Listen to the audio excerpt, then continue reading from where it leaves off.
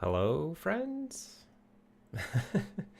Now I actually don't know if I started the stream even. So let's find out what it says. All right, it sounds like people can see me. Cool. Well, hello, friends. Struggling a little bit here today with the new setup, but it's all good. So let's see. Right. Welcome back to SerenityOS Office Hours. What we do here is every Friday, usually at 4 p.m., we talk about SerenityOS. So if you have any questions about SerenityOS or any of its adjacent projects, then now is the time, and we can talk about whatever you wanna talk about. We have a bunch of people here already. Chat is in a slightly different place on screen. So hello Yippee, Knute, Omni, Dammy Killer, Umberto, Reja, Samuel, Kyle. Kyle's been doing a lot of great work on the Yacht language stuff. Nice to see you here. Lofty, Lucas, Matrix, Paul, and Liam. Reja says, I'm stuck in SerenityOS. Well, not quite, but it is pretty fancy. I got a green screen. I ordered it a long time ago and it finally showed up. And I just barely have enough space for it in here. So it's pretty much pressed against the wall behind me. But it seems to kind of work. If you should see something like through my head or something like that, well, maybe we have to adjust the parameters.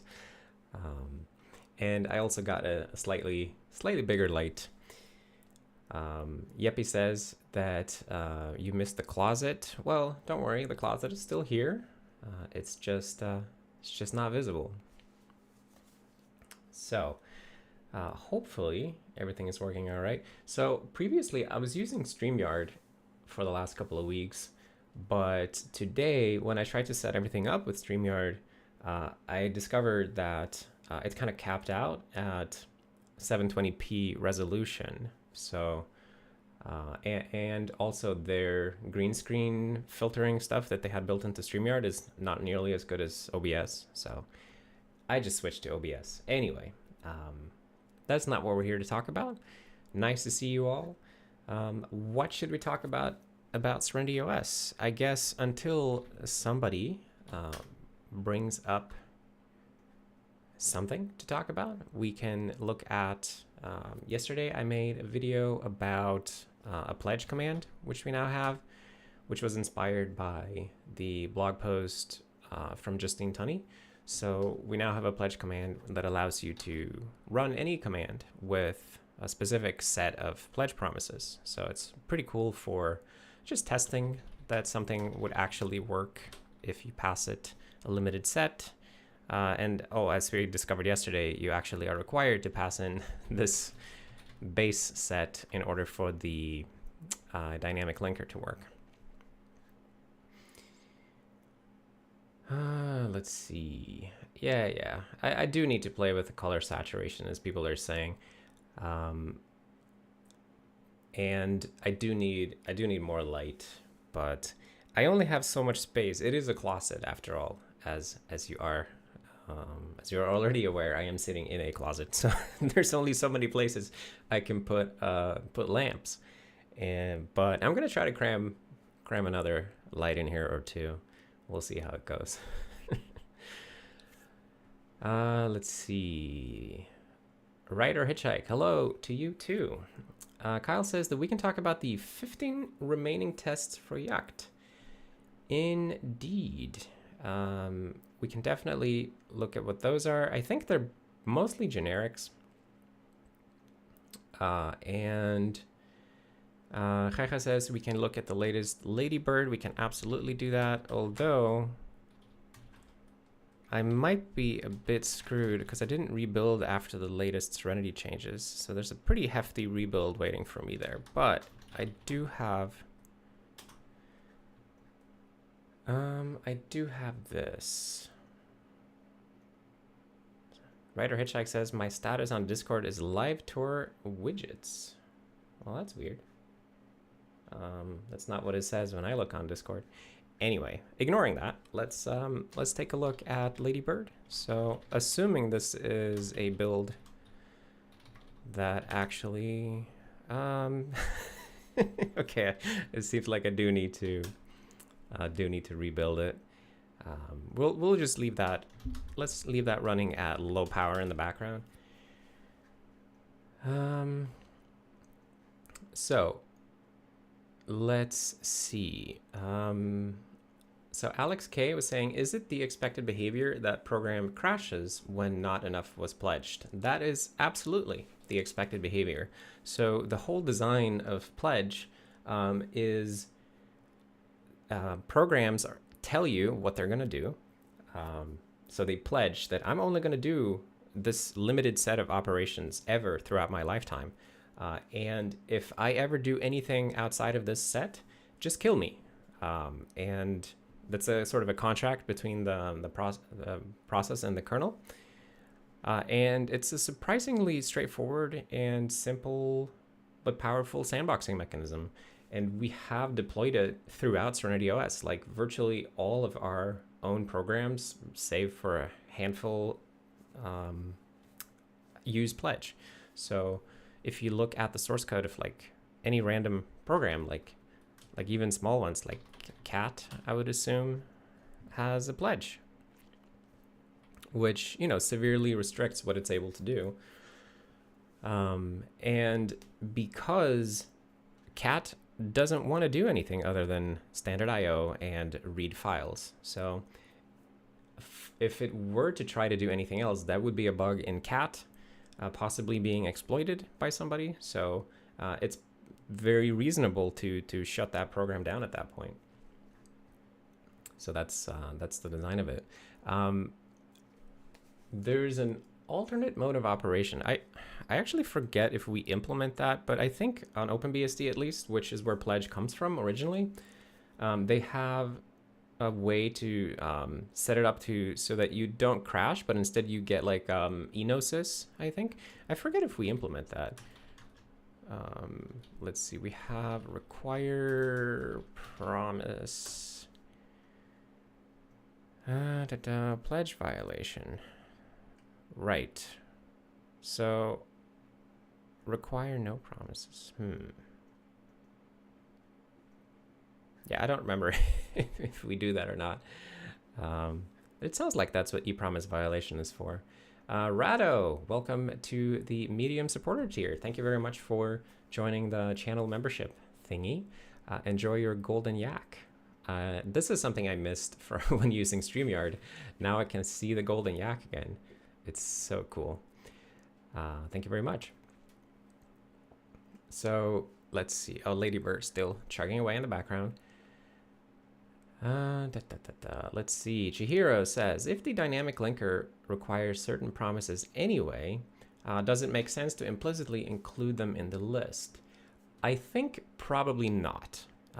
And maybe we could have an option, or the issue is dynamic executables is just one type of executable that we support. We also support statically linked executables. So if you try to run a statically linked executable, it doesn't make sense to me that it would have an initial set of pledges that are always on, just to accommodate dynamic linking. But maybe for convenience, you could imagine something like you could detect whether the target executable is dynamically linked, and if so, automatically expand the set of promises. I don't know what's the best option. Let's see. Writer Hitchhike says that we quote unquote we support statically linked executables. Well, yeah, to be fair, I have not tried to run a static executable for a long time. So it's very possible that support has deteriorated somewhat, as it sometimes does. Amrix says, what green screen do you use? Well, it's a green one. I don't remember Let me see if I can look it up right quick, what it was called. Green screen. I definitely remember getting a receipt. It's called a Rosie. Let me grab a Foxfire here and we can... Please? All right, here we go. A Rosie? Yeah, that's the one. Ooh, Undisputed Goose. Thank you so much for joining the yak herd. Enjoy your golden green yak. Wait, why did I say green? It's because of green here. The golden yak is not green. The human brain. Green screen. Yeah. This is the thing. Yes, here we are. So it's one of these things. I got it strapped up behind me. It's very green in here, but you wouldn't know it thanks to the magic of live video compositing. So, Interblaggable says, "Hey Andreas, what are your thoughts on using SerenityOS for teaching? For example, for using letting students implement network protocols." I think that is a fantastic idea. If I had students, I would definitely have them do little tasks in SerenityOS, just because I feel like it's a very approachable system, both in terms of like the simplicity of it and the like the object-oriented design of our kernel is pretty amenable to extending it with protocols and stuff. I would hope, although I didn't do it for a while, so I don't know. But I think it would be pretty extensible. Ryder Hitchhike says, "I would definitely tie your curriculum to a known commit." Yeah, you would definitely have to do that, obviously, because it is a very, very wild code base at times. You know, stuff changes, like big architectural changes happen, and then all the code has to be updated for that, and that would not be a nice thing to do to students. Let's see. Tim Schumacher is dissing the noticeable green halo around my head. Well, sorry about that. I can't actually see. I can't actually see the compositing result. Guess you're just gonna have to deal with that. Let's see. Desert Fish says, interesting thing about teaching. When I was in university in the 90s, Minix from Tannenbaum was used as a teaching OS. Yeah. So I've read the Minix book a long time ago, like 15 years ago or something like that. And I remember thinking it was a nice book, but I didn't really come away from it wanting to, like, feeling eager and excited to work on something. So it didn't strike the right chord with me in terms of like that motivational thing that you get. Sometimes when you read about, here's how something is made, at least for me, I just get this itch, like, oh shit, I gotta go and try to implement this and see how it's like. But there's just something about microkernels that that are not fun for me to implement. Anyway, but I do think it's probably good from a teaching perspective, because again, if the composability of something like a microkernel system where you can make a replacement component, or you can extend the system, and the system sort of is designed to be resilient around one of its components failing. So I could see how Minix would be a good tool for something like that. Let's see. Mitchell Bumgarner says, Andreas, I wanted to say thank you for the advice you gave me a while back. It was how to write more senior programmer programs by starting with abstraction. I've started using it and it's been wonderful. Well, that is good to hear. I don't necessarily remember the specific conversation we had about that, but starting with abstraction is definitely my preferred way of authoring software. If I'm starting something new, I would like to start sketching out a skeleton of the architecture and then filling in the details later. And that's only something I learned by watching, you know, senior developers around me, or developers my senior, get started on stuff. So it's nice to be able to pass that on. Thank you for saying it. German WTB says, the pledge system is nice, but the Android/iOS system of asking for permissions when they're needed or before starting is preferable in my humble opinion. What are your thoughts on that? I think that if you try to run cat foo and it would pop up a message box saying, do you want to allow cat to do standard IO and file reading? I think that would get very tiresome. And these two sandboxing models are kind of different things. The pledge is more about a program just telling the kernel what it's going to do during normal execution. It's not so much about like user-facing security boundaries. Rather, it's about it's essentially it's like correctness contract that you make with the kernel that also doubles as a security mechanism. I think there's room for a second security mechanism where the user gets to gate access to certain things, but I don't think the user is ever going to be interested in gating access to like the read and write syscalls specifically. That's too low level for the user, but the user might want to gate access to their home directory or their email settings or whatever. So I think you need a second mechanism that works at a higher abstraction level in order to create in order to be able to ask the user stuff that they feel like they care about. Because if you ask users security questions that they don't care about, or they have no meaningful way of evaluating, then they're just going to say, yeah, sure, whatever. Like next, finish. Sort of the Windows Vista problem. Let's see. Lofty says, does the Serenity browser currently support CSS grids? If no, would looking at the Flex implementation be a good place to start? It does not currently support CSS grids, and looking at Flex could definitely be a way to start. The best way to start on grid would be to familiarize yourself with the grid specification, and then understanding how it interacts with the basic box model stuff. And if you feel that you have a good understanding of that, then you could start, you could sketch out a basic grid formatting context. You'd start in the same way that flex formatting context works, and then go from that.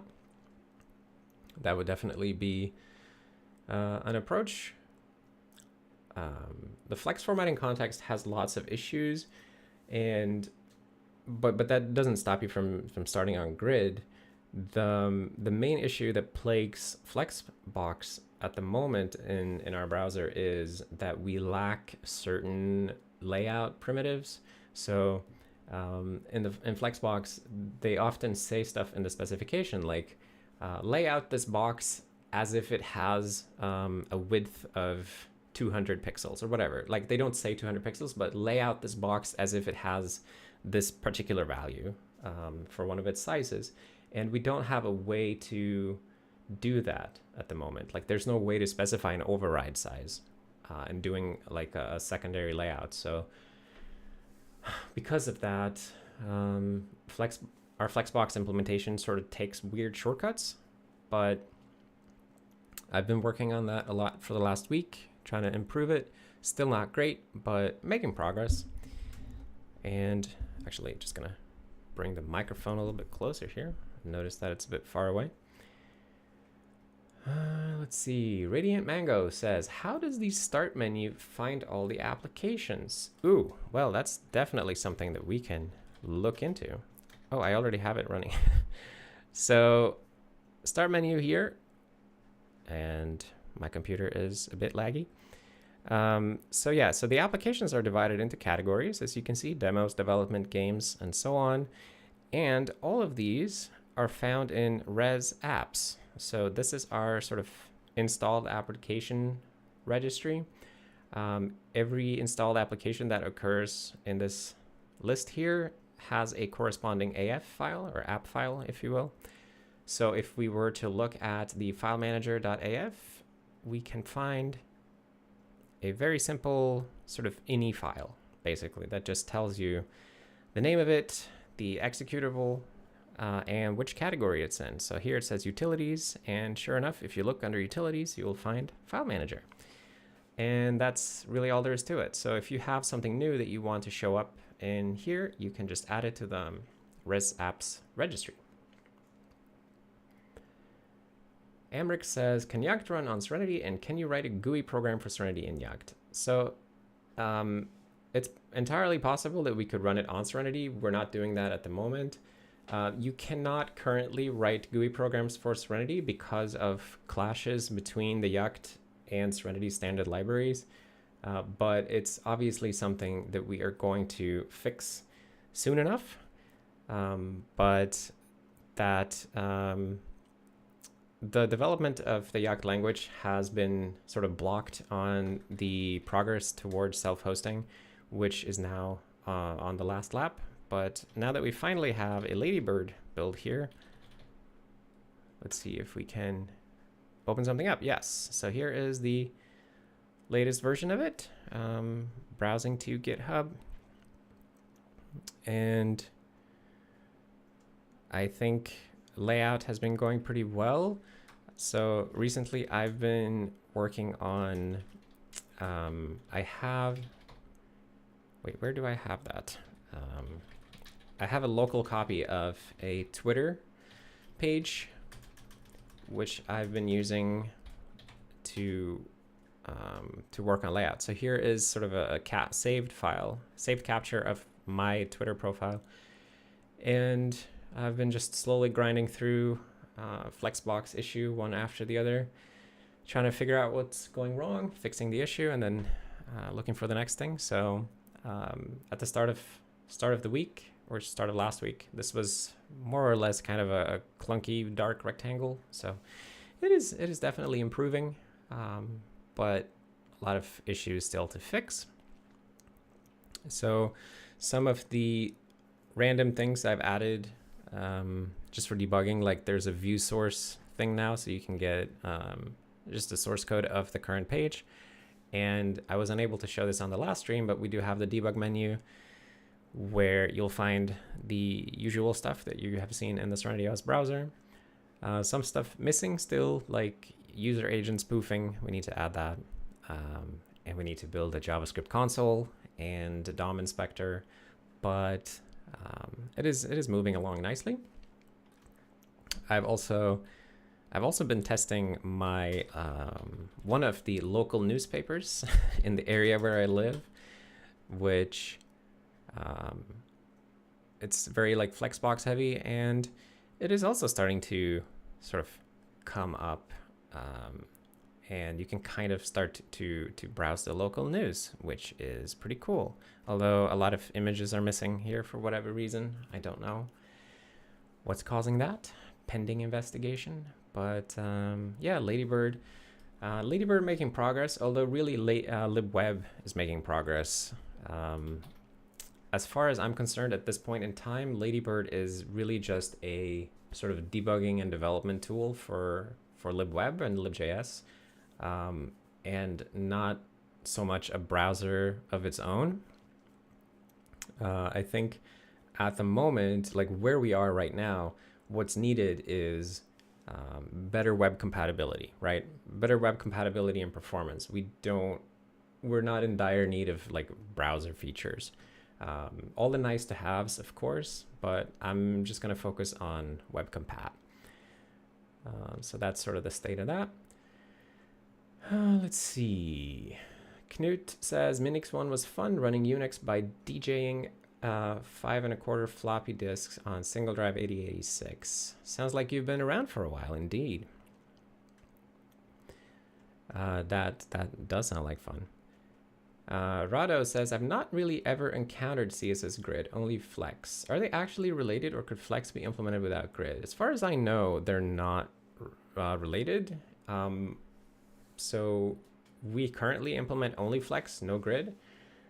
But I don't know why they're grouped together, because they solve kind of different issues. Grid is definitely used on the web, though. There are various pages where we currently, like right now, if we encounter display grid, I think we just fall back to display block instead, and we just, you know, do a best effort to lay out the grid as a block, which obviously is not going to have the right results, but at least you get something. So that's kind of what we do with that. So it would be great to see somebody starting on grid. Kyle says, how do you ask Windows Server what windows are open? So what we currently have is kind of a window wait, this is not what I wanted to run. We have a window management protocol, which is what the taskbar uses. So taskbar down here, obviously it knows which windows are open because it's able to display a little button for each one. So this is a separate protocol from the regular Windows Server client protocol. It's called WM, or Window Management Protocol. And if you look in the taskbar is really the main WM client that you want to look at, and you can see how those things are implemented. Let's see. Anthony says, I don't have a question, more a comment. I know people keep asking, will Yacht ever compile natively? I would say, isn't that a step backwards? Transpiling to C++ is a huge best of both worlds situation. Well, right. So the reason that we would want to do it natively, because there are a lot of benefits with transpiling to C++, obviously. But the big drawback is that we have to deal with C++ compile times. So if in the future we get to a point where we have nothing but Yacht, in the hypothetical future where we don't have any more C++ code, and there's really just overhead from generating C++, then it could be very valuable for us as developers to look into our own native code generation solution, right? If we could potentially make that significantly faster than C++. C++ codegen is already, I mean, C++ codegen is fine, that's what we do, but C++ compilation is already like by far the big bottleneck in Yacht. Like totally the majority of time that you spend in the Yacht compiler is just waiting for Clang to compile the C++. Even if we use Clang with all optimizations turned off, no debugging, anything, like fastest possible compile settings, and it still takes several seconds to build even like simple programs, which is, you know, something where I feel like we should try to improve if we can. But yeah, in terms of like functionality, obviously transpiling to C++ is useful, has a lot of utility. But in the future where we don't need it for anything like interoperability, I do think we should look into ways of making it faster. Ali says, hey, we fixed the Yacht clash. You just need closures and a lot of glue code. Okay, well, I haven't actually tried building a GUI program for Serenity in Yacht for a while, so I suppose my information is outdated. We do need to try that. And yes, that's true. We do need closures. Currently, trying to build any kind of GUI program with Yacht would be annoying because libgui uses closures for callbacks, and we can't express closures in Yacht. Obina says, hi Andreas, nice to be catching you here today. Finally got into contributing via libjs. What do you advise an early career developer like myself to gain more confidence? Also, I get all too distracted.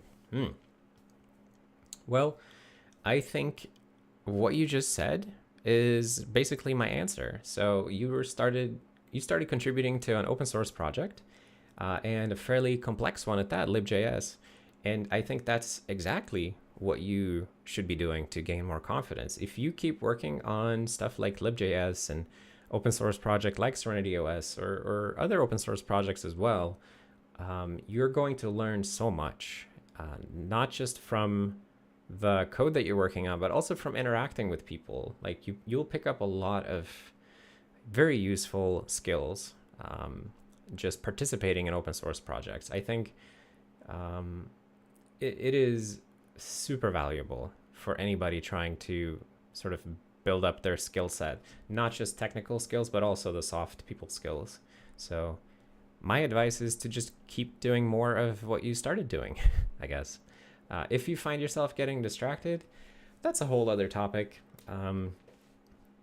But I think one thing I noticed is that the more comfortable I get with some programming domain, the less distracted I tend to get when working on it. So sticking around for long enough to build some expertise might help you with the distractions, because when you're a bit unsure of how something works and you find yourself constantly like looking stuff up or asking people, oh, how does this work? How do I do that? All of those interruptions are distractions in themselves, right? So once you get to the point where you don't need to interrupt your work in order to ask for help or in order to look stuff up, but you can just stay in that flow state, you'll find that you'll have like longer and more intense, more productive sessions. And all of that comes from allowing yourself to stick around long enough to become an expert at something. I think the first time you discover that you became an expert at something is a magical thing. It feels so good. And I think some people make the mistake of always switching to something else before they have a chance to become an expert. And they're really missing out by doing that. So that's my advice to anybody, is to stick around. Make sure you stick around with some things long enough that you become an expert. You don't have to do it with everything, but do it with some things, because it's a great thing. Let's see. DJ Wisdom says, hi Andreas, font editors help/manual content now looks much chunkier. Probably a precedent for the other apps moving forward. Oh, let's check that out. So font editor, that would be in development. Let's look at this manual. Oh my goodness, that is chunky. Look at all this scroll here. I think it would be amazing to have like bigger, chunkier content about more applications. Absolutely. My first comment on this manual is the screenshots are really dominating. I feel like we should probably make it possible, or have some sort of thing where we downscale the screenshots a little bit, because here they look like they're sized to the viewport rather than natural size. And maybe they should even start out in a smaller size, and then you can sort of click to expand or whatever, because I feel like the text is kind of hiding between the screenshots. But yes, it's a really good thing to have more manual, definitely. So if anybody feels motivated to work on this sort of stuff, super encouraged. Absolutely. Let's see. Mati says, do you consider creating animated Ladybug mascot that jumps between windows for SerenityOS? That is not really something I've been thinking about, but I will remind you that we do have CatDog, which is already our favorite animated mascot. Can't really go wrong with CatDog. Is it a cat? Is it a dog? We're not sure, but yeah, that we already have an animated mascot. I don't need help right now, CatDog. Actually, go away. So let's see. Pope Cromwell says, which was your favorite release of OS X? Was it Snow Leopard? I don't think so. I mean, Snow Leopard was good. absolutely. Everybody likes snow leopard. But what was the one? Syrah. Which one was that? Syrah was the code name. I forget forget what the name of it was. Yosemite. So the one that was before Yosemite.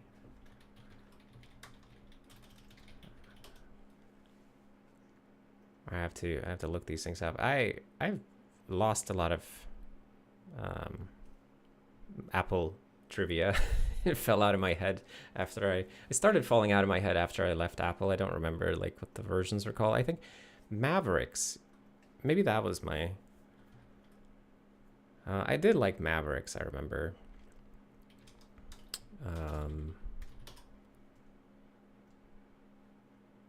That's the one I'm thinking of. Yeah, that's the last one that had these sort of skeuomorphic icons. And then in the next one, which I already forgot what it was called, dang it. 10.10 Yosemite, right? So in Yosemite they changed the graphics style or the icon style, right? Yeah, these new kind of goofy, well, that was not a great screenshot, but like these goofy iOS icons that don't look like anything. They were so strange. I don't know. I never really got over that. So I'm gonna say Mavericks was my favorite. For shallow reasons, like, well, I thought that they made it look worse after that, and since then they've just been iterating on and a design that I don't really like. So you can tell a lot about my own personal design preferences by looking at the type of software I build, right? So let's just leave it at that. I don't want to get into complaining about something. I'm sure they feel that it looks great, and I'm sure that a lot of people think that it does, but it doesn't speak to me. Let's see. Lofty says Wordle uses grid. I was looking for references to grid last night on the Discord, and I found investigation back when it was popular. Okay, so that makes sense. I don't know anything about how grid should actually work because I haven't read the spec yet. I'm still stuck in the Flexbox headspace. But yeah, you can absolutely start on grid. And if you run into any trouble, just come talk to me on Discord, and I'll tell you everything I know, and we can try to work out how it should work. Let's see. Slendy says, do you have any pointers / resources on compilers? Any pointers / resources on compilers? I don't really have any great pointers or resources, I think. I never tried to study them or do anything with them outside of the two things I've done for Serenity. So in Serenity, I started building libjs originally, and then also started building the bytecode compiler for it.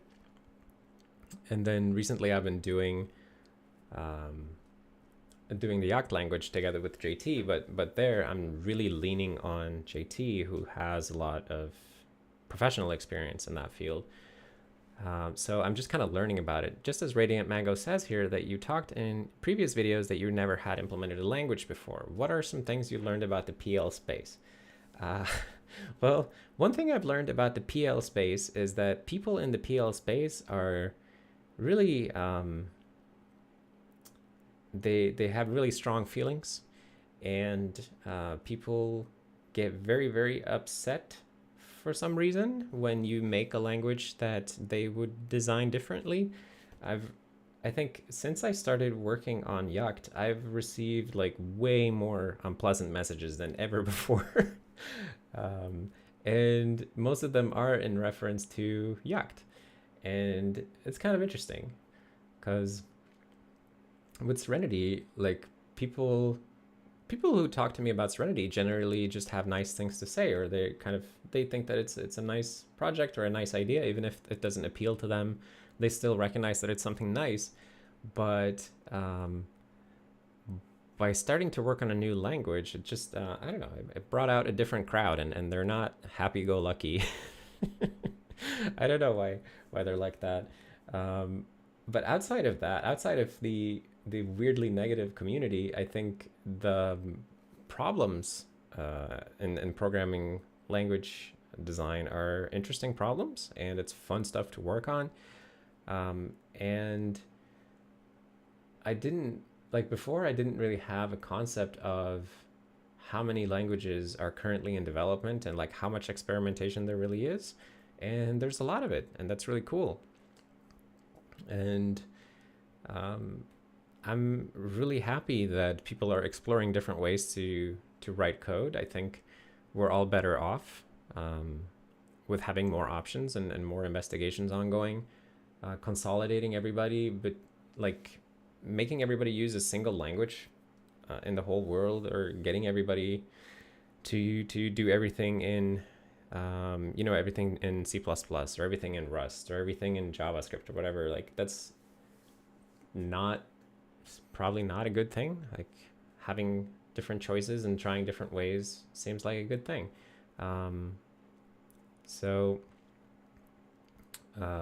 But obviously for Serenity, we want to have something that we can use in our system throughout. So I don't think we would be better off with many different languages in Serenity. But I don't think we're doing anything wrong or bad or foolish by trying to investigate if we can make our own. It just seems like, yeah, why wouldn't we do that? Like there's so many different ideas about what makes a good language. Let's explore the space and see what we can find. Maybe we're not the most knowledgeable, most experienced programming language designers, but we're not that for operating systems either. So I do think it's healthy to get into spaces and experiment, even if you're not an expert. And as Paul says, there isn't one language that suits all purposes.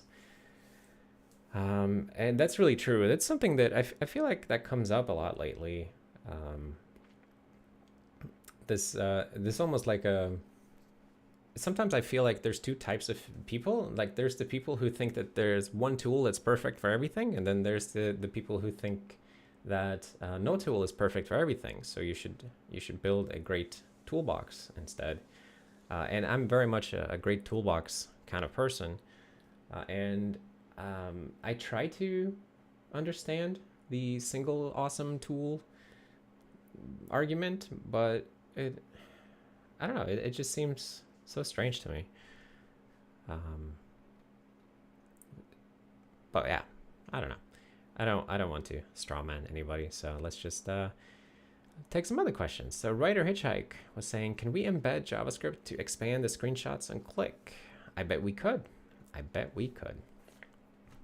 We could do all kinds of stuff with the help manuals. Like we could even make a help style sheet that would make them look super nice and make more use of it, because the manuals right now are just they are just simple markdown, right? But we could use more features to make these look nicer and fancier, and that would be a really cool little side project, because I think I really like our little help application. Like the main weakness of it is basically the content, because it just needs more of it. Look at all this GML content. Wow, it's actually really impressive. I need to look more at this. I haven't even seen this. So cool. But we can always have more. Like this kind of article about a GML radio button widget could have a screenshot of it. Like, what does it look like? And if you want to go totally wild, what if it had an embedded demo? Like if you could embed a little GML demo here, and it would just render and allow you to change it and see how it changes if you do something differently.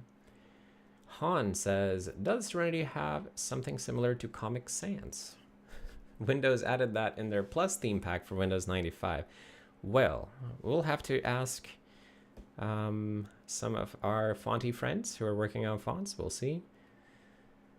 But at the moment, we don't really... I don't think we have a silly font, although I admittedly haven't kept up. There's been like all kinds of font action recently. So I don't know if somebody... A comic book. Okay. So there is a comic book font. Yeah, I already forgot. I've seen this. I already forgot. Comic book. There's kind of a silly font.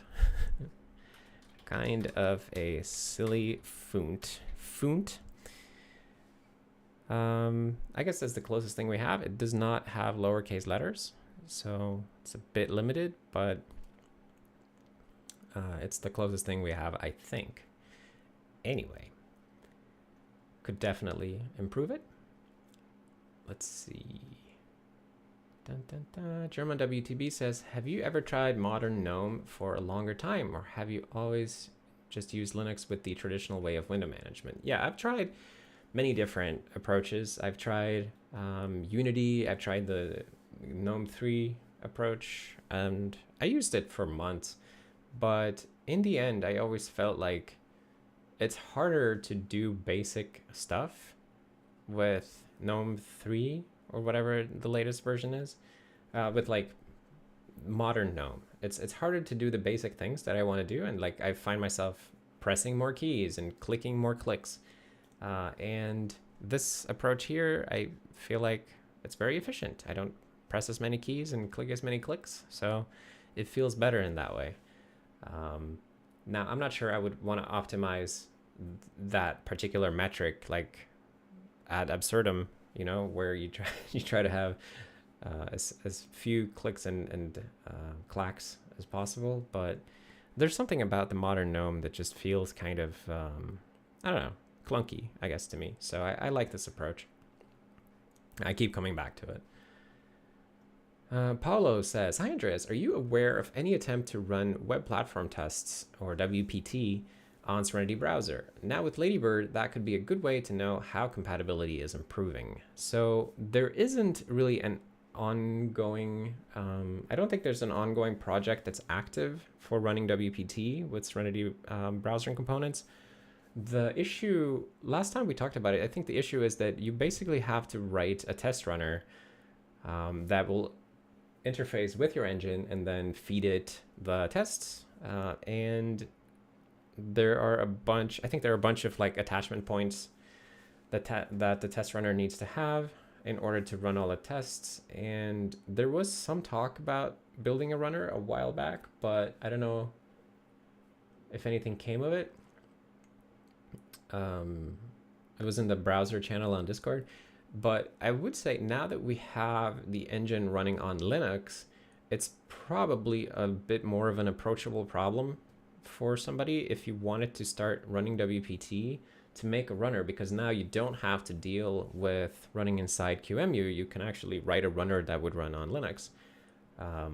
So maybe that's something that we should get going on. If nobody's interested in picking that up, I'm probably going to pick it up myself soon enough. I have been running WPT like individual tests recently just to test compatibility of various features, and it's a very good collection of you know, web platform feature unit tests. So they have been tremendously useful in debugging certain browser issues, and it would be fantastic to run them, you know, regularly and get a number and everything, make a pretty graph.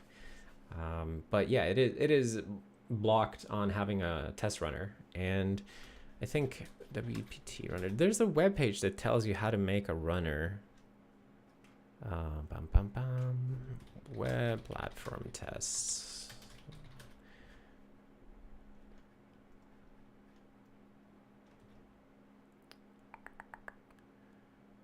Writing your own runner. Yeah, this is the one.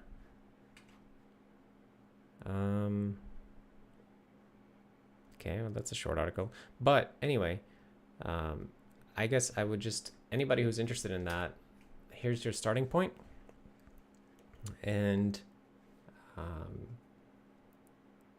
we'll see if somebody wants to pick that up. Otherwise, that somebody will have to be me. Let's see. Tristan said, "Hi Andreas, do you recommend a beginner programmer to start with operating systems development?" Not really. If you're a total beginner, I would recommend starting with small programs that you can run in your terminal or in your IDE. Operating systems development would be exceedingly frustrating for a complete beginner, and you would find yourself unable to debug, or like it would take you ages to debug because there's so much information that you don't have naturally available to you in your own brain. So I would spend a year or two just accumulating experience doing simpler stuff in a more user-friendly, developer-friendly environment, beginner-friendly environment, I should say. Let's see. Dun, dun, dun, dun, dun. All right, Unexplored said, "Well, hello, friends. Late to the party." Well, you made it here. Welcome. Let's see. Bum, bum, bum, bum. Mate. Just wish it had Wayland already. Yeah, I don't know. I don't know what I'm supposed to gain by having Wayland. My computer seems to work well enough, but maybe there will be something fantastic coming out of having Wayland support as well. We'll see.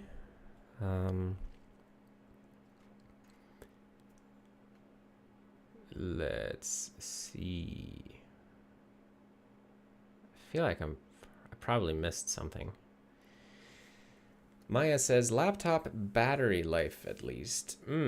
Well, okay, that's a fair argument. So if you can get better battery life with a different windowing system, absolutely valuable. I can see how X11 would be a hard target for something like battery life optimizations because it's so fossilized, right? Like it's kind of set in stone how it needs to work. So that does not sound like a super fun problem to work on. JJ, did Andreas answer my question? Oh, what did JJ say? Can I even find that here? Oh, for a compiler, I did miss this. For a compiler noob like myself, what do you recommend to start with for Yacht? Well, I guess if you're a compiler noob, I don't know, because I'm kind of a compiler noob myself, and I think it's fine to start anywhere. Just the best thing to do is to join the Discord discussion that's ongoing every day, and talk to people about what they're working on. And I think you'll sort of run into some idea of something you might want to do. We are still in feature freeze, but we're like super close to being able to run all the unit tests with the self-hosted compilers. So actually just yesterday I myself worked a bit on Yacht, and I was doing, instead of trying to make the unit tests work, I tried to get self-hosted compiler to build itself, because that still has a bunch of errors. So that's definitely an area where okay, I think this is related to the way we load the prelude, but if you try to compile like some of the files in the self-host directory with the self-hosted compiler, you'll find various errors. And just investigating those, figuring out like, well, why can't the self-host compiler build itself? Or why can't it run this unit test? That is probably the most productive place to start. But if perhaps another good place to start is also just writing random other stuff with Yacht, just to familiarize yourself with the language and see, because there's probably like a million ways that you can get the compiler to fail. So just trying to write a random Yacht program and seeing if the compiler can deal with it, you're probably going to run into problems in the compiler just by doing that. It's very much like you know how when people ask me what should I work on in Serenity, I always tell them, well, just try using it for a bit and something will annoy you. I'm sure of it, and then you can work on that. I think I'd like to adapt the same advice for Yacht. Just try to write a Yacht program, and you will probably find something in the compiler or in the language that annoys you, and then we can look at that. Let's see. Dun, dun, dun, dun, dun. Radiant Mango says, regarding help content, wasn't there a discussion here or in Discord a few weeks ago about moving programmer docs to manual pages? Did that go anywhere? I don't, was that maybe, I know Kleines Filmröhrchen had a bunch of pull requests recently about moving pages around. I don't know. I'm not really sure what the result of that was, but I think that was just moving things around. Like ultimately, what we really need is more content, and reshuffling the content is nice, you know, if we get a better organization of it, but we also need to write more of it. JJ says, right now Windows support is one issue with Yacht, but that's a bit more of a complicated issue, I think, for me at the moment. So Yacht already supports Windows, at least to the point where we can run continuous integration. So CI, we have a CI runner that runs Windows, so it is compatible. JT uses Windows primarily, so it does work on Windows. I don't know if you have to have special tools or whatever to get it working, but it should be working. Maybe we require WSL, I'm not sure. Anyways, like why would you want to use Windows without WSL, right? Let's see. Venkatesh says, hi Andreas, bruh. I finally got a programming job. This is my first job. Any tips for newbie like me? I will be using Java. Well, first off, congratulations on your first job. That's awesome. Tips for a newbie. So I guess for any newbie at any new job, just try to learn as much as possible from your new coworkers, and don't be afraid to explore the code base, like outside of the tasks that you get. You know, you don't have to change everything around, but like it's good. I would say, like, whenever I started a new job and I was tasked to work on some code base and I would get like, oh, you should fix this bug, I would always go and also like explore the rest of the code base and see what's in there and mess around with it. Even if I didn't end up like making any changes or commits out of it, it's still good to familiarize yourself with the territory, I think. And don't be afraid to ask questions when you're stuck. One of the most irritating things that a new person can do at a job is to get stuck and then not tell anybody. So absolutely ask for help if you ever get stuck. But try to get unstuck by yourself first, of course. And don't worry about not knowing everything right now, because you don't. You're like a beginner. You're a noob. So be okay with that, and you will learn through experience. I guess those are my general thoughts on being a beginner, and I think you're going to do fine. Don't worry about it, and good luck. Jack Delahunt says, new camera. Actually, it's an old camera, but with a big green canvas behind it.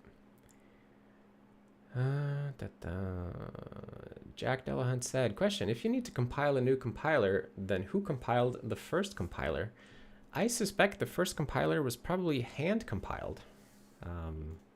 That seems like a reasonable way to do it. So like you would start out with assembly code. So you would write an assembler in assembly code, and then hand assemble the assembler, and like writing it into machine code by hand, I guess. I'm sure you can probably find people who have done that sort of thing.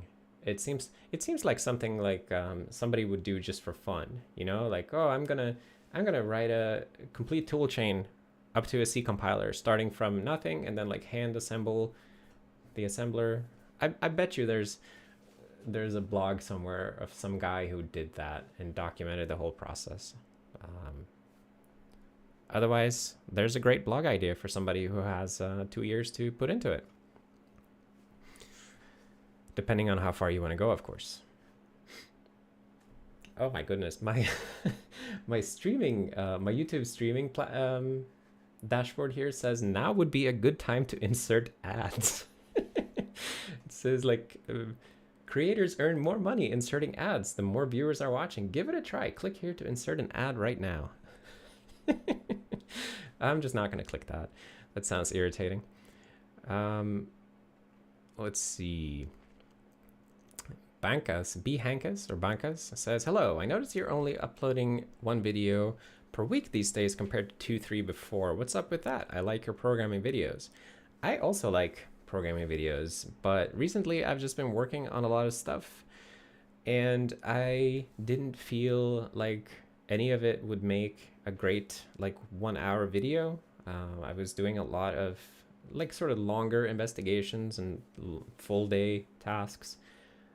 So when I get back into the space of like shorter things to work on, I'd like to make a lot more videos, but I think my video making schedule kind of fluctuates, obviously, but I feel a lot less stressed when it's 1 or 2 a week instead of 3 or more per week.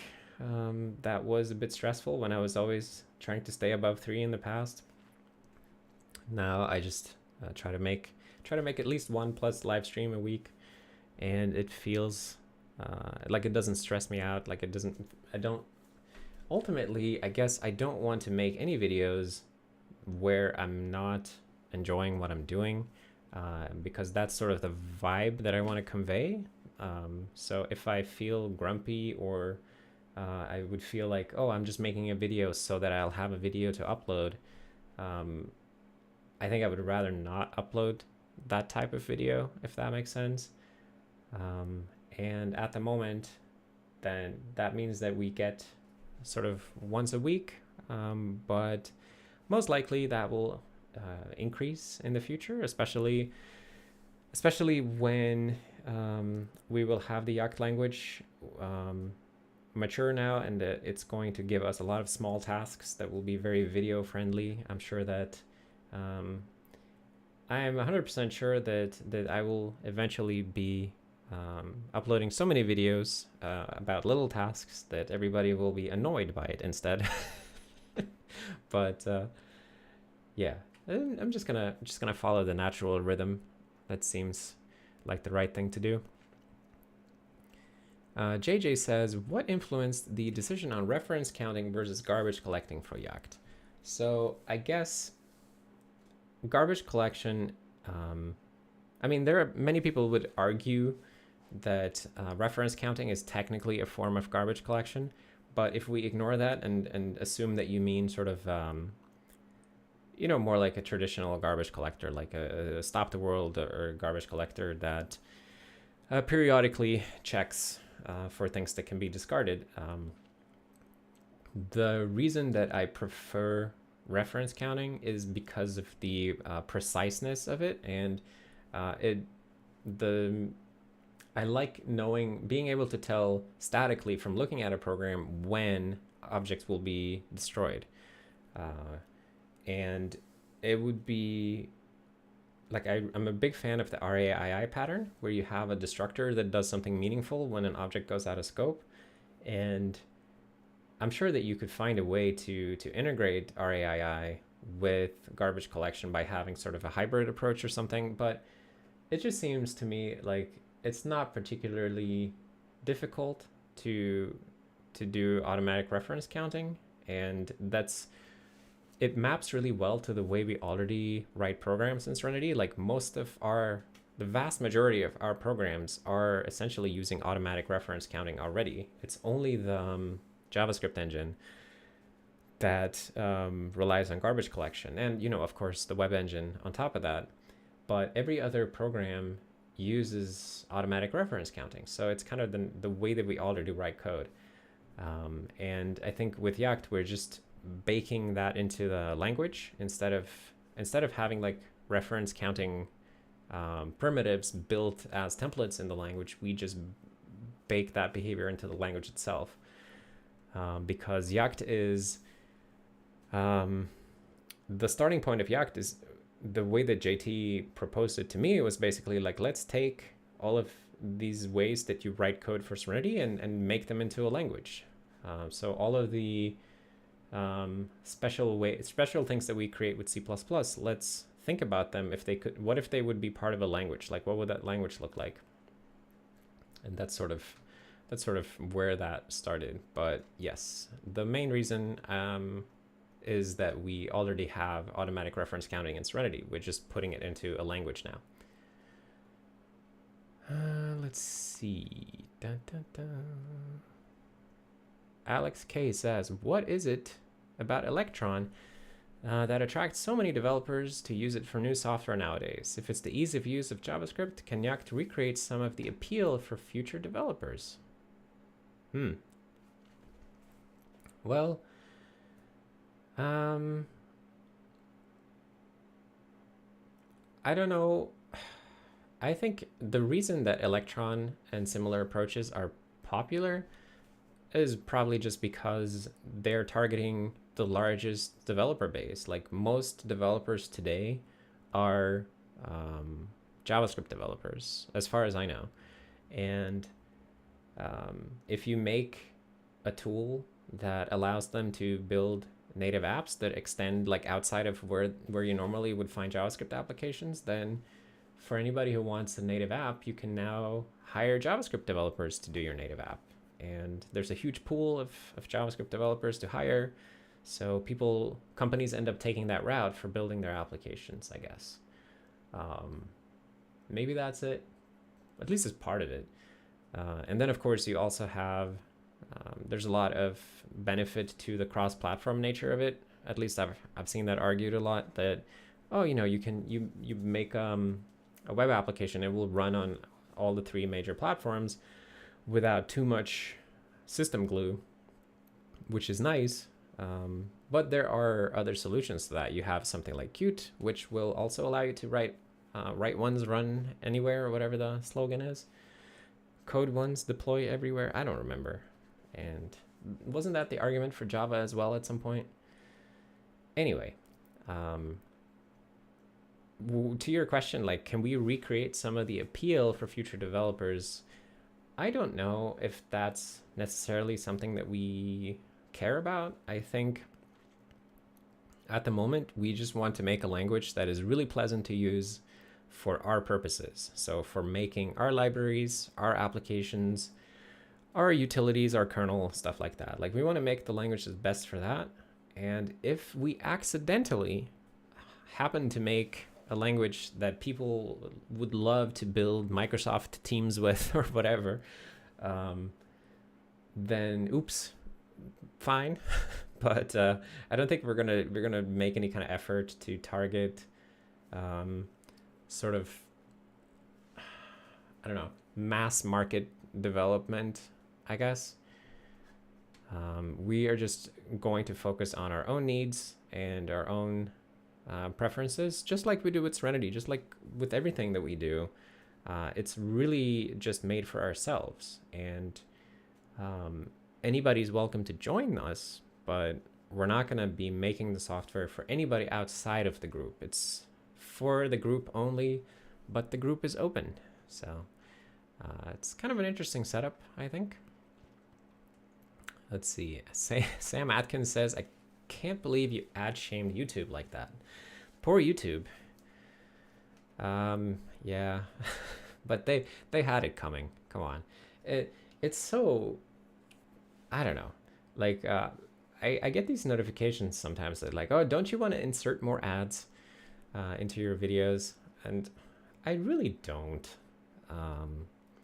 And it's been a bit of a roller coaster with that, because when I started on YouTube, they, I mean, when I first got enabled for monetization or whatever on my channel, then you had to go and say, oh, I want to monetize this video, and then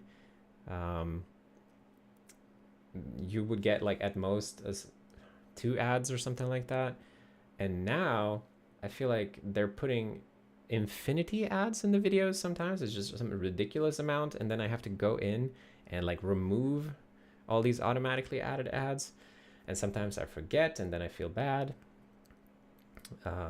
But I don't know, it's really just escalating the amount of ads that they put in these things, so it does feel a bit silly.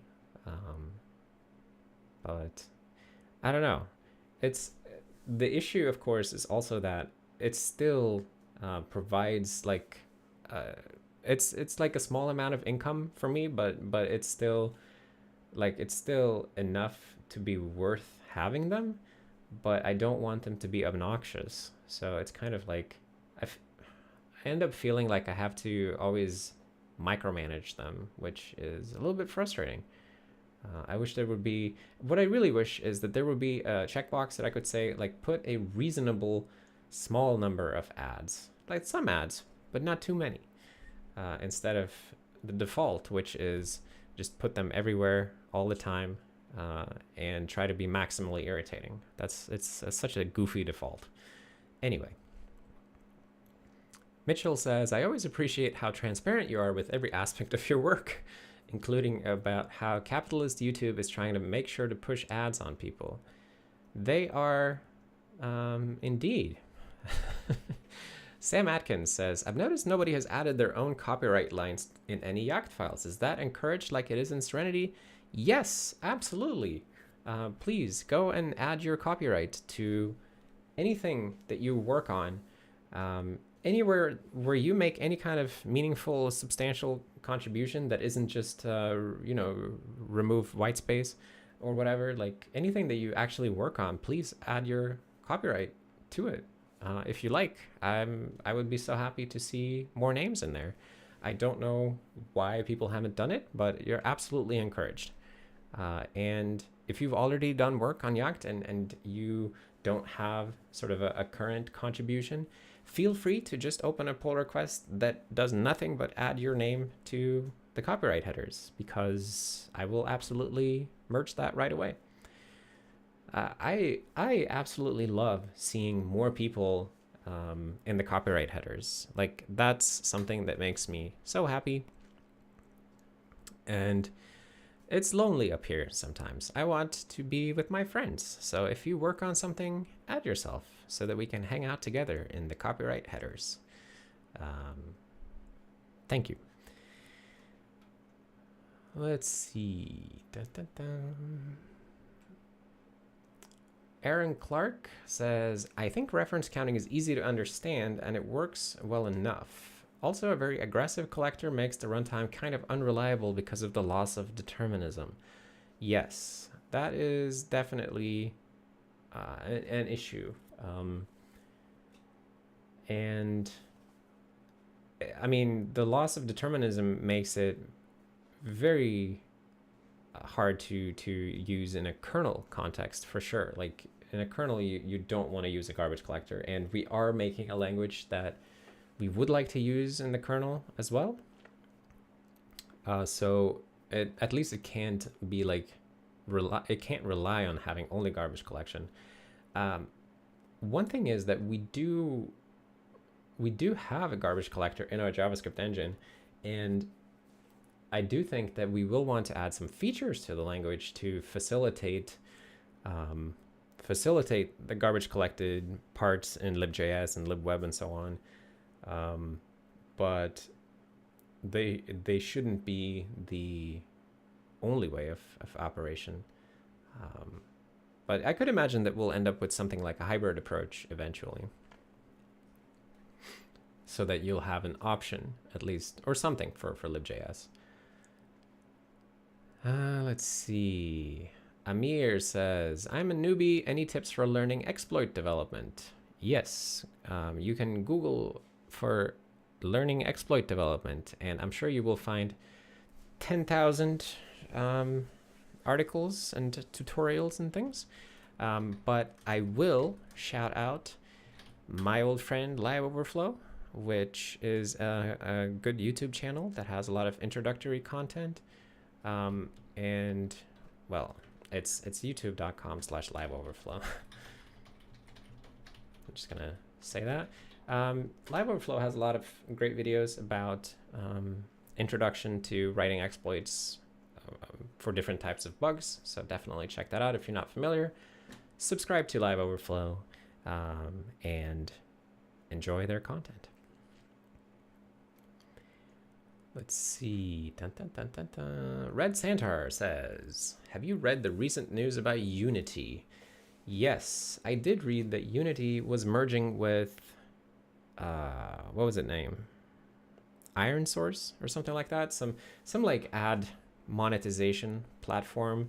And then they had this like super buzzwordy press release about that where they were not really explaining what they were going to do. And people were skeptical or suspicious. And I don't know, that I don't love what's happening with that, where everybody is trying to squeeze their users for as much money as they can. I think it's a very sad thing when a company sort of chooses to go in that direction.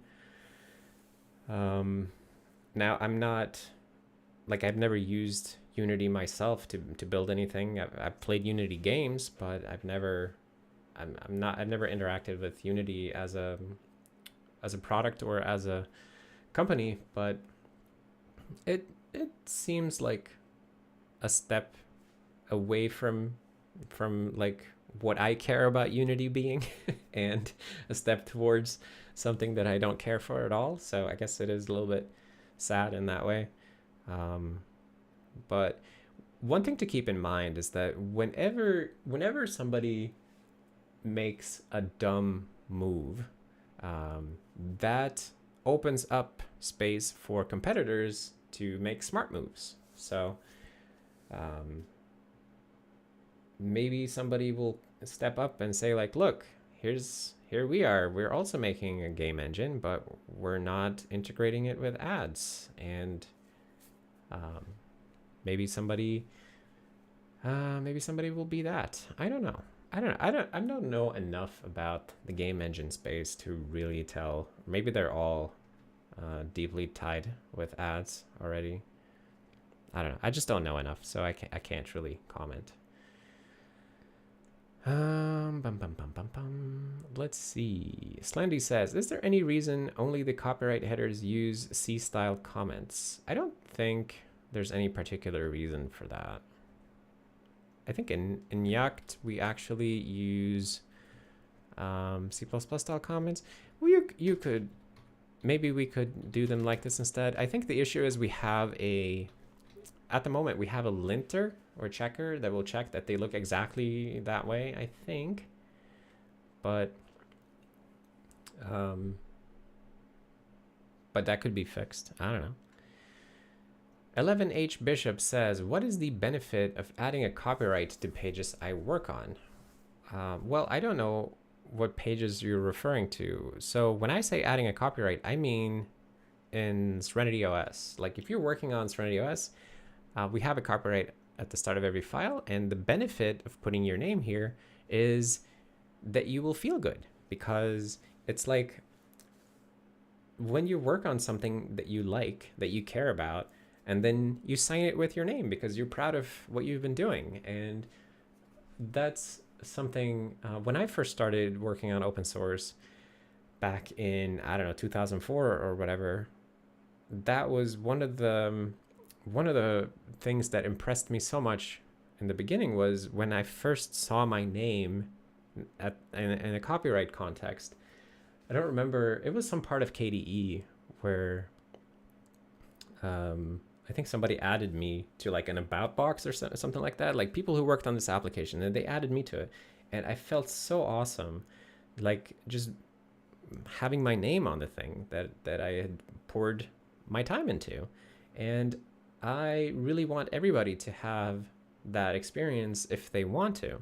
So that's why I always encourage people, if you're proud of something that you did, put your name on it so that we can share credit. And yeah, credit is also important. Like, it's not just about you putting your name on the thing so that you feel good, but it's also about sharing credit. Like, I didn't write this whole file myself, but a bunch of people have worked on it, but I don't know, nobody added themselves to it. But I would love it if people did, because then we can share the credit, because we've been doing all this together, right? Like, it's not just me doing this, obviously.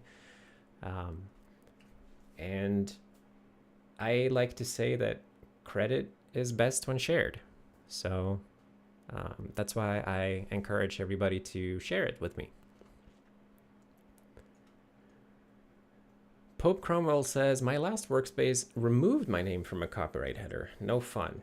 See, that's not fun. Yeah, I know that some companies do that.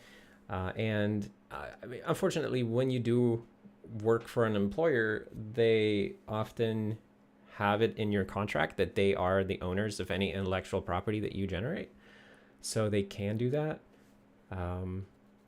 But if I were making a software company, I would still find some way for the people to be able to put their names on things that they worked on. I don't know.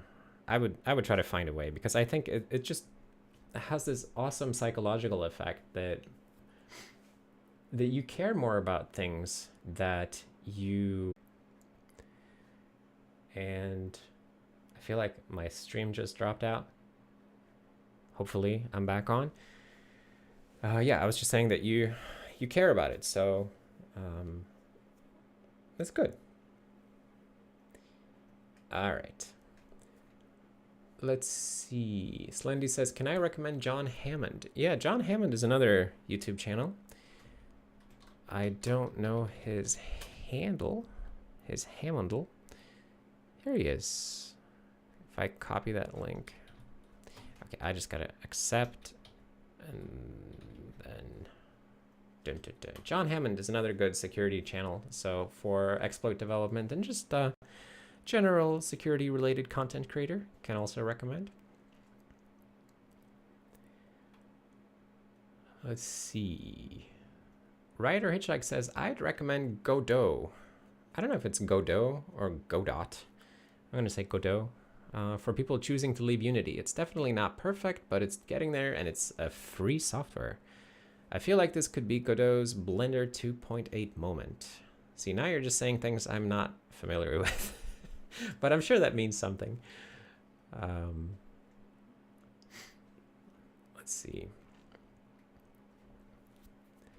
Slendy says, wait, I think I realized something. Can there be a cross-site scripting attack doable in the help application? For example, a third-party application can have a man page with some malicious JavaScript. Well, I would encourage you to investigate that and see what you can find. But one thing is that application, like the help application will only show stuff that's installed in like user share man, where all the man pages are. So it doesn't show like user content that hasn't already been installed in the root file system. So there is that little safeguard. But yeah, like if you could sneak malicious content into help man pages, then you could probably do some interesting stuff. Let's see. JJ says, are there any programming languages you want Serenity to support eventually? Outside of the ones that we already support, just Yacht. Yeah, as Lenny is saying, we just wanted to support Yacht. And obviously HTML, JavaScript. Basically, we want to be able to interop with the web, because the web is sort of the application delivery platform that everybody uses. It's the de facto app delivery platform today. So we do want to be able to run the languages on the web. If somebody adds a new language required for the web, then we'll probably want to run that as well. Or we're going to want to run that as well so that we can run web content. But for anything outside of that, not so much, I would say. Like there's no need for us to support some arbitrary language that we're not using ourselves to build the platform. Let's see. Ryder Hitchhike says Blender 2.8 moment was when Blender started gaining a lot of support and popularity in the industry. All right.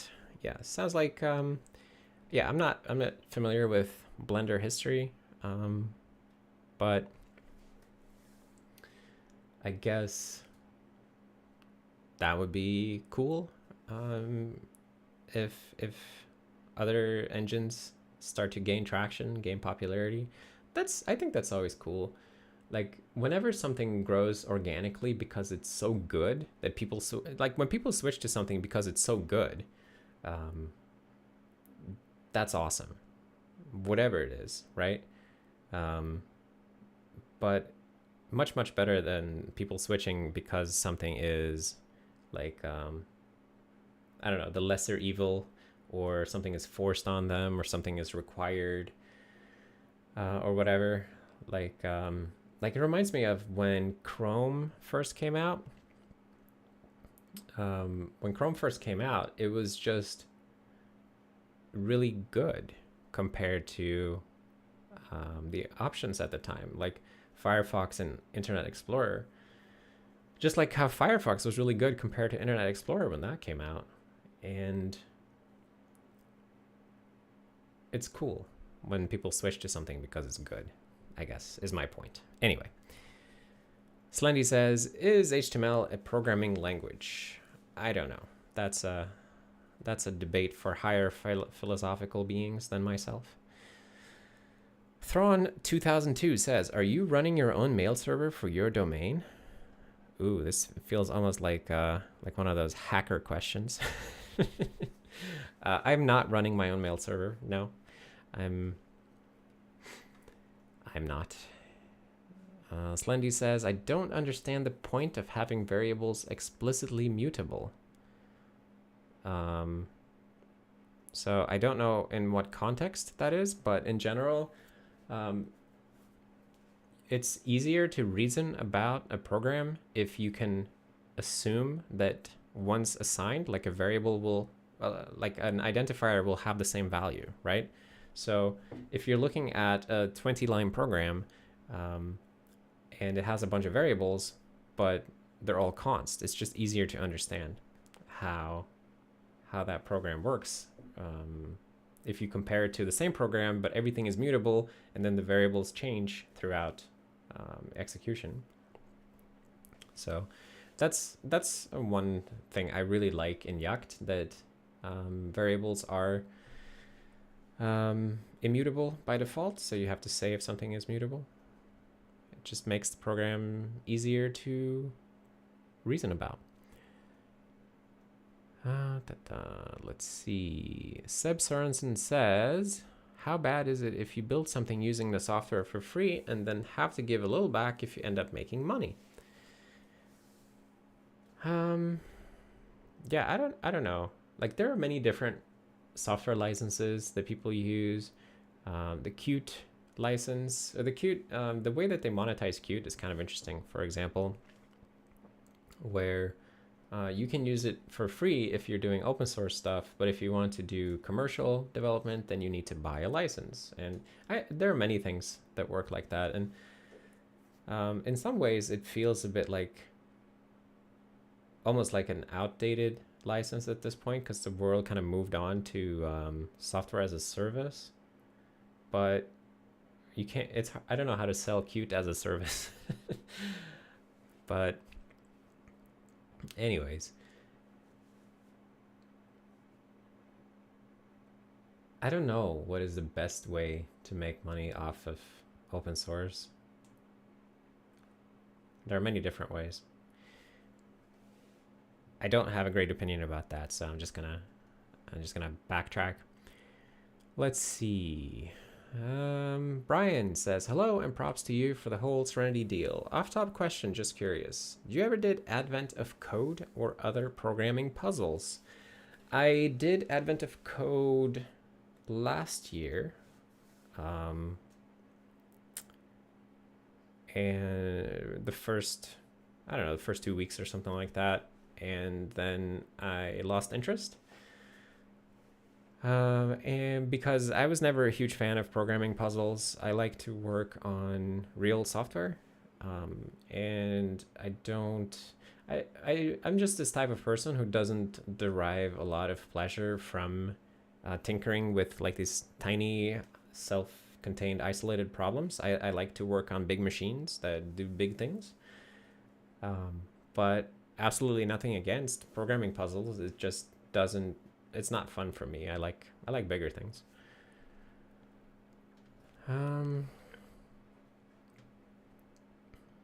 Let's see. Kovac David says, I'm finally here at the King's live stream. Always ended up missing out, but I finally caught one. Welcome. Welcome to the live stream. Good to have you here. Pope Cromwell says, immutable variables are a Swedish thing. It started with Erlang. Well, my Swedish heart just beats with pride. Let's see. Slendy says, I was looking at Yacht syntax a bit. That's the only thing I disliked. I feel like typing mutable each time can get a bit annoying. So it doesn't work like that anymore. We changed that like several weeks ago. So it sounds like you are far behind. And maybe you want to take a new look. Let's see. Tommy Tom Tomastini, Tom says, I'm a C# developer. Stop laughing. Hey, I wasn't gonna laugh, but now that you say that, you made it weird. And I find cute sometimes, or somewhat disorganized.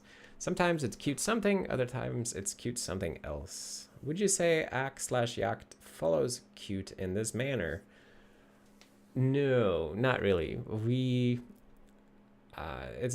Our GUI libraries are heavily inspired by Qt, but Qt coding style is a bit, I would say, a bit outdated also, because they rely on a lot of implicit ownership stuff, which we originally did in Serenity. Like, we originally had implicit ownership of widgets, which makes small examples look really nice and clean, but once you make a large program, it's really hard to reason about object lifetimes when there are all these implicit rules you have to remember. In Serenity, we use like we have like these explicitly ref counting pointers and stuff like that. And in Qt, they just use raw pointers everywhere. So we are not really following Qt style, but at least not in terms of like language primitives. And same thing with enums. Like, we tend to favor enum class in our C++ code, where you have to sort of explicitly state the full scope of the enum value that you're using. And in Qt, they tend to use regular enum, so you don't have to be as explicit. Let's see. Andrew Castor says, multiple declarations on the same line is terrible. There's a reason it's banned in most C++ coding standards. Yeah, there isn't really a reason to do multiple declarations on the same line. It seems... And my connection died again. Not the best day for my internet connection. Anyway, let's see. Dun, dun, dun. What did I miss? Seb says that Unity started in Denmark. Okay, I did not know that. V8 started in Denmark too, as I recall. Let's see. TTRSS says, would you make a JIT for Yacht? It's an interesting idea. I think at the moment I wouldn't do that. But maybe one day it would provide an interesting way to do a fast REPL, for example, or like really fast debug, edit compile test cycle. but I don't know. It feels really far out. Like we're still doing C++ generation, and native code generation, JIT or AOT, feels very far out and kind of irrelevant to what we're currently trying to do. But one day we'll have to think about this question. David says, an off-topic question. Is that Ubuntu Mate? Yes, it is. It is Ubuntu Mate. Shout outs to Martin, who made Ubuntu Mate, by the way.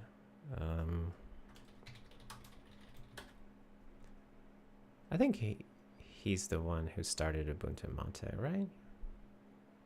Leads it. Okay, well, he leads it. I don't know if he started it, but he's the leader of it.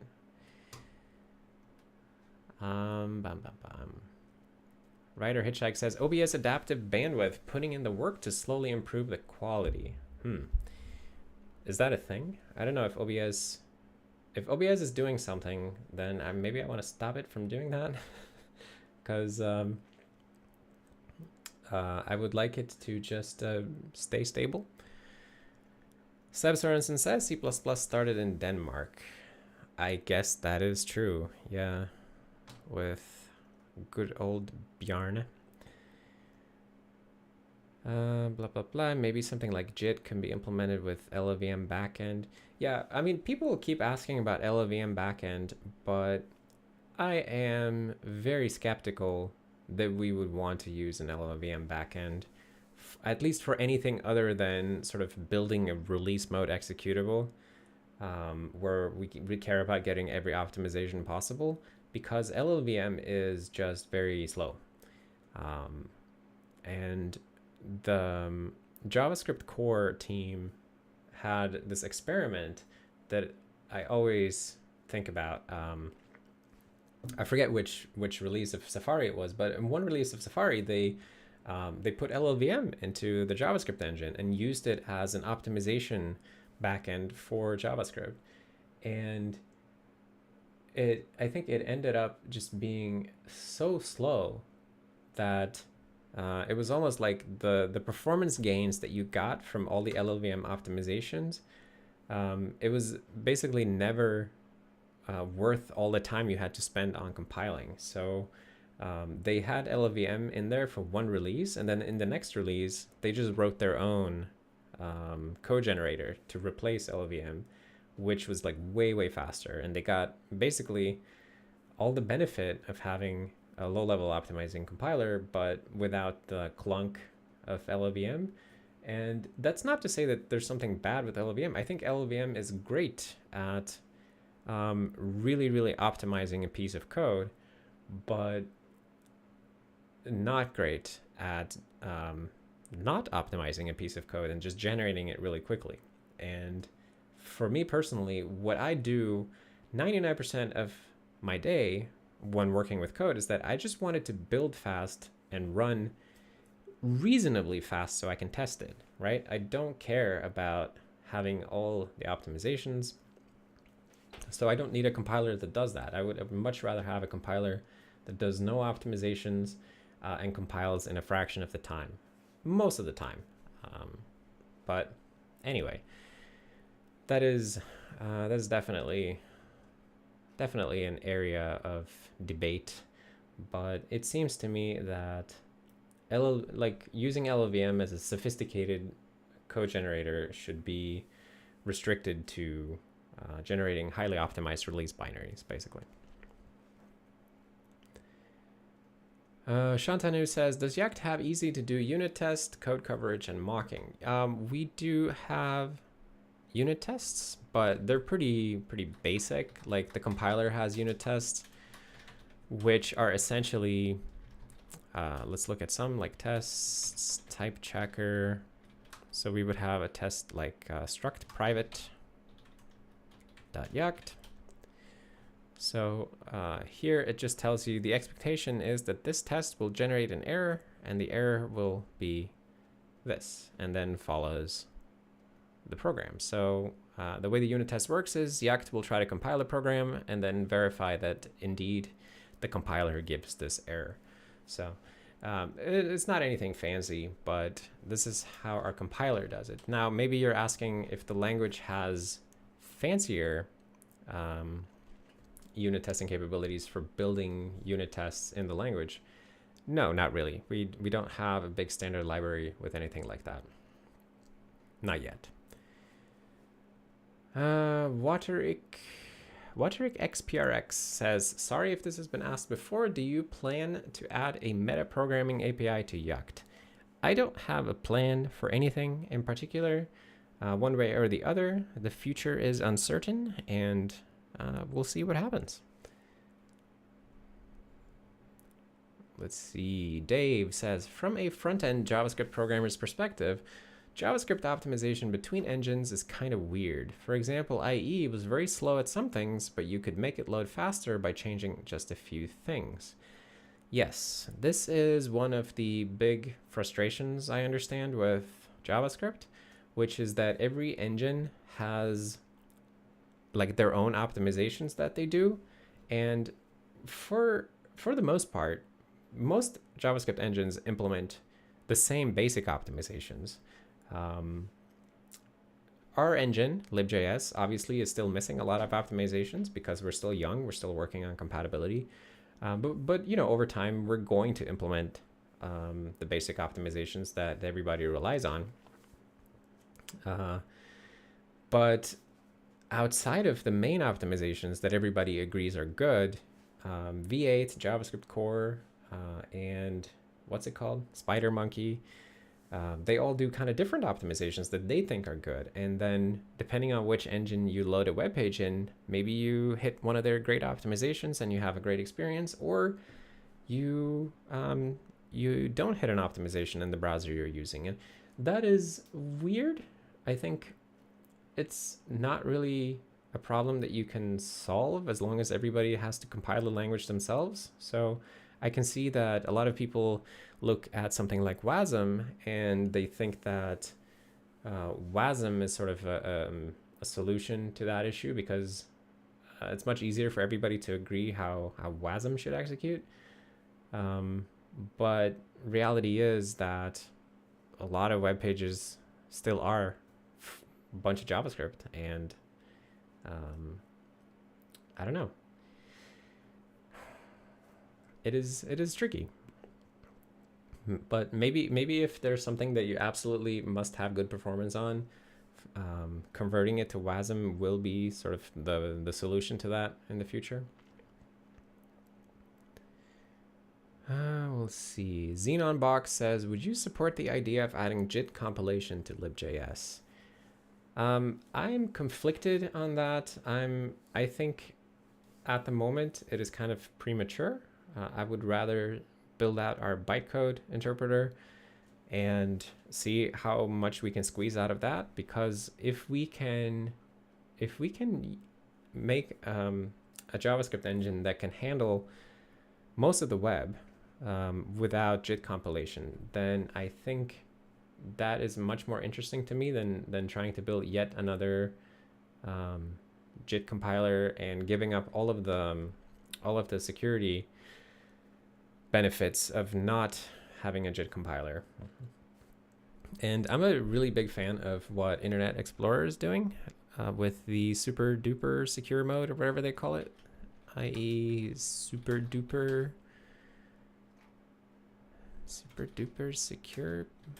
Is that the name of it? Super duper secure mode. Yes, this one. I'm a big fan of that. Like IE or Microsoft Edge now has this thing where in super secure mode, they turn off the JIT, and it turns out, according to them, most of the web still works, and you don't actually need the JIT for the vast majority of content. And that means that the JavaScript engine is substantially less complex because you're not running any of this JIT code, which may have bugs. You're not generating executable code at runtime, which is very easily exploitable if you get the right exploit primitive. Now you can spit out your own code and run that. And there are just a lot of benefits to not having a JIT compiler in your browser. And I think it's an interesting space. And I would love it if we could sort of follow their path. And I would also love it, I guess, building on what I was saying earlier about WASM. Like if WASM becomes this thing that's really well defined, and you can sort of build a JIT compiler for WASM, and then it doesn't have to have like 5,000 like weird JavaScript specific optimizations, that look at object shapes and prototype chains and stuff like that, but like just a very constrained set of optimizations. You could build a WASM JIT, which would be significantly less complex than a JavaScript JIT, and then maybe that would be the sort of the better solution to the JavaScript performance architecture problem. I don't know, but I like that Microsoft is exploring in that path, because I think the JIT performance wars are kind of boring, and also for us as a new browser engine, like we can't compete anytime soon. Like it would be a very long time before we had a competitive JIT in the browser space. But if web architecture takes a different route, and you only have to care about JITting a very small thing like WASM, that feels like then we could be competitive. I don't know. I obviously I don't know the future. I don't know what's going to happen, but I would like to see that path explored. So I'm very happy with Microsoft in that area. Anyway. Let's see. Jonas was asking, Duke Nukem, Doom, or Quake? What did you prefer in the 90s? Myself was a Duke fan. I'm going to say Doom. I definitely played Doom more than the other two. I enjoyed all three games, but Doom got a lot more play in my house. Just something awesome about it. Paul says, better to increase speed of unjit first. Right, yes. And I also think that the browser engines, the major browsers today, like, Chrome, Safari, and Firefox, all of them go to JIT, and they don't necessarily do all the optimizations that you could do if you didn't JIT. And I feel like there's probably a lot of interesting optimizations yet to be discovered, yet to be invented in the non-JITting space. But because everybody just goes to JIT, that space remains unexplored. So again, more reasons why I find super duper secure mode interesting, because what if you say, okay, we're not going to JIT, how can we go faster? And you have to think of new and original ways to go faster. Anyway, Andrew said, have you seen JF Bastian's CPP-Con talk on the history of JITs? I have not seen JF's talk about that. JS Bastian, JavaScript Bastian. I have not seen his talk about that. I should check that out. I think I have it in my watch later on YouTube, actually. But I have yet to look at it. I'm going to look at it or listen to it. Not right now, because now I'm on stream. Although we are running out of time for the stream, so maybe we should wrap it up. Yes, his name is JF, not JS. But there's something funny about somebody being called JS, though, if they're into programming languages. Anyway, let's wrap it up here. So thank you, everybody, for coming to the stream. Thank you to the people who joined the Golden Yak Herd. I really appreciate the support. Thank you for all the questions and for keeping me company. If you end up working on SerenityOS this weekend, or Yacht, or any of our other projects, please come by the Discord and share what you're doing. As I was saying earlier, credit is best when shared, and so is programming. Programming is more fun when you do it with your friends. So come do it with us, and I will see you next time. Have a great weekend.